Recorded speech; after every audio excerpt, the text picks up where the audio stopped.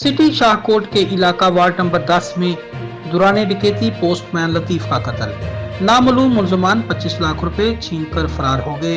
तफसीलात के मुताबिक डाकखाना में मुलाजमत करने वाले मोहम्मद लतीफ और जफर इकबाल मोटरसाइकिल पर नेशनल बैंक शाहकोट से लाखों रुपए की भारी रकम लेकर आ रहे थे कि दो नामालूम मुलजमान ने पैसे छीनने की नीयत से असले के जोर पर रोक लिया।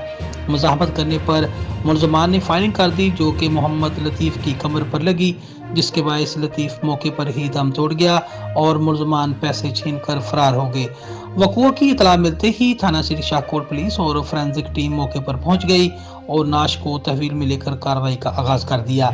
जबकि वाक़े के कुछ ही देर बाद DPO Nankana captain retired Mansoor Aman ने शाहकोट में होने वाली राहजनी और कत्ल की वारदात के जाए वक़ूआ का दौरा किया। मकतूल लतीफ के अहले खाना से मुलाकात की। इस मौके पर DPO का कहना था कि यकीनी तौर पर अफसोसनाक वाक़या है, लवाहिकीन के गम में बराबर के शरीक हैं। DPO का मजीद कहना था कि दरिंदा सिर्फ मुलजमान को ट्रेस करके फांसी के फंदे तक पहुंचाया जाएगा।